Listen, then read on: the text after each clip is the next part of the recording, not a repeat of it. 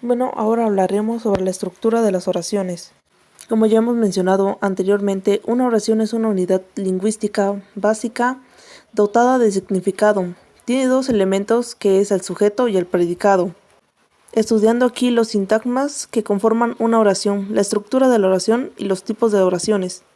Como primer punto tenemos los rasgos fundamentales de una oración.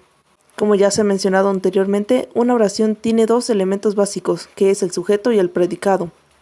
En una relación formal está el género y el número, y entre el verbo y el sujeto, la concordancia. Debe ser autónoma en el plano semántico, debe tener sentido completo, sintáctico, no depende de un verbo superior y fónico con entonación. Como siguiente punto tenemos los componentes de la oración que son los sintagmas.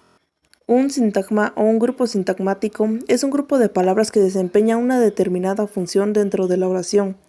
Cada sintagma tiene un núcleo y unos modificadores. Los sintagmas se clasifican según la categoría gramatical de su núcleo. Por ejemplo, sintagma nominal.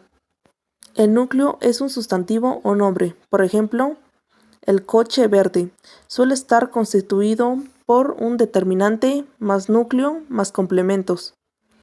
Sintagma verbal. El núcleo es el verbo, por ejemplo, cené un bocadillo de jamón. Sintagma adjetival. El núcleo es un adjetivo, por ejemplo, es muy orgulloso. Sintagma adverbial. El núcleo es un adverbio, por ejemplo, hoy he comido demasiado. Como ya hemos mencionado anteriormente, la oración tiene dos constituyentes, el sujeto y el predicado. Sujeto. Es un sintagma nominal. Concuerda con el verbo en número y persona. Puede parecer antepuesto o pospuesto al verbo. Por ejemplo, Rosa ha traído ese regalo y ese regalo lo ha traído Rosa. En ocasiones el sujeto puede no aparecer en la oración, como es en los siguientes casos en sujeto omitido y oración impersonal. Sujeto omitido. El sujeto existe pero no aparece. Por ejemplo, siempre llega tarde a trabajar. El sujeto es él, ella, usted, aunque no aparece porque se puede deducir del contexto. Oración impersonal. Son las oraciones con el verbo siempre en tercera persona singular que no admite un sujeto. Por ejemplo, oraciones con verbos relacionados con el clima. Llover, nevar, granizar. Por ejemplo, anoche llovió muchísimo.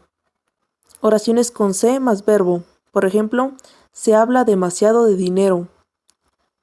Oraciones con los verbos haber, hacer y ser. Qué buen tiempo hace hoy. Ayer hubo un accidente en la autopista. Hoy es sábado. Ahora hablaremos sobre el predicado. Sintagma verbal mediante el cual se dice algo del sujeto. Según el predicado, distinguimos dos tipos de oraciones. Oraciones atributivas o copulativas. Tienen un predicado nominal formado por los verbos ser o estar, que carecen de significado, y tienen un complemento llamado atributo. Su estructura es verbo copulativo, ser, estar o parecer, más atributo, más complemento indirecto, más complemento circunstanciales. Por ejemplo, Carlos es médico en el pueblo de Albacete. Carlos es feliz. Carlos parece una persona honesta y Carlos ha estado enfermo toda esta semana.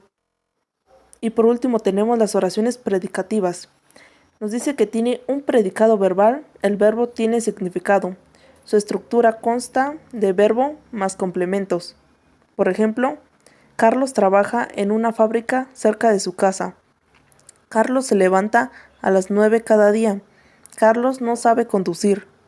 Y por último tenemos tipos de oraciones. Número 1. Enunciativas. En ellas se comunica un hecho. Por ejemplo, mi padre nunca viajó fuera de su país. 2. Interrogativas. Oraciones con las que se hace una pregunta directa o indirecta. Por ejemplo, ¿cuántos años tienes?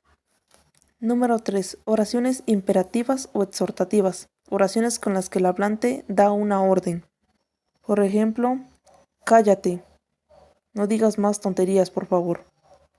Número 4. Exclamativas.